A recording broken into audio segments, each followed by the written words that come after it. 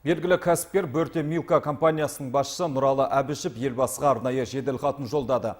Президент Нұрсұлтан Назарбаев халыққа арнаған жолдауында Түркістан облысындағы Бөрте Милка компаниясының жетістігіне арнайы тоқталған еді.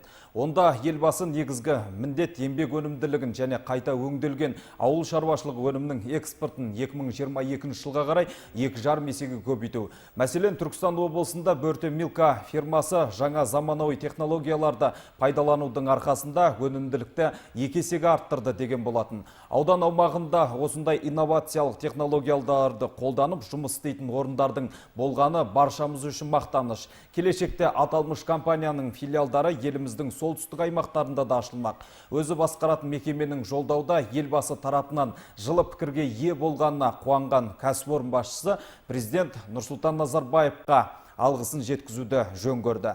Ел үшін еткен еңбектің елеп ескерілгеніне дән разы.